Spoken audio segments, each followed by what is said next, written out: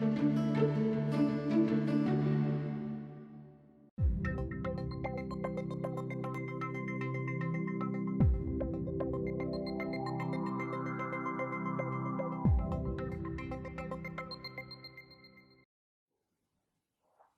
growth of China's economy has been slowing.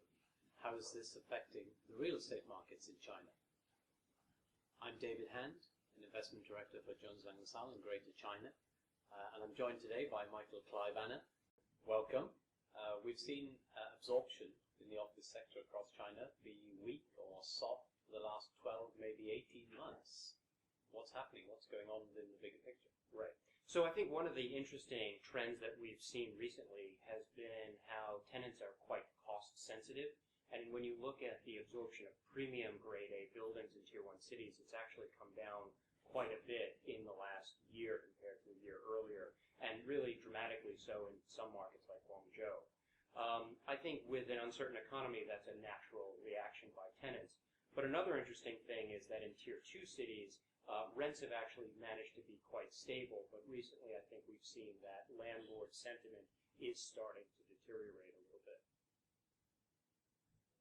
How about the residential sector? Everyone's favorite to talk about. Exactly. So in residential, of course, policy has been the big driver for the last several years, but recently I think the implementation of policy has been fairly benign.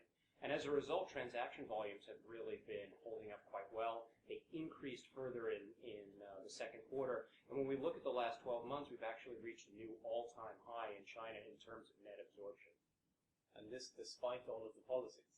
Correct. I mean, there were new policies at the beginning of March, but for the most part, they've only been implemented in the city of Beijing, where you have very strict implementation being close to power. But across most other markets, we have seen really a benign environment from a policy perspective.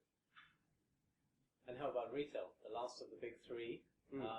How is retail performing? Is it still strong? Retail sales strong? Yeah. A lot of supply. What's happening in this sector? Yeah, I think supply is the key theme that people have been focused on for some time, and there's no question there are a lot of malls coming, opening across China. But I think what's interesting is that the way tenants are responding to that is now they have a lot more choice, right? They have a lot more selection. If they want to go into a new city, it isn't just one mall that they are looking at. They have others, and that means it's taking longer for them to make good decisions about where to locate. When we look at the tier 1 cities, those prime malls, the new malls, pre-leasing activity has been very strong. But in the emerging areas, the decentralized locations, it is slowing down, and I think that reflects the fact that brands have a lot more choice now than they did. Michael, thank you very much for that insight. Some good news there for investors and developers, and hope everybody can take heed and wait for the next installment. All right. Thank you, David.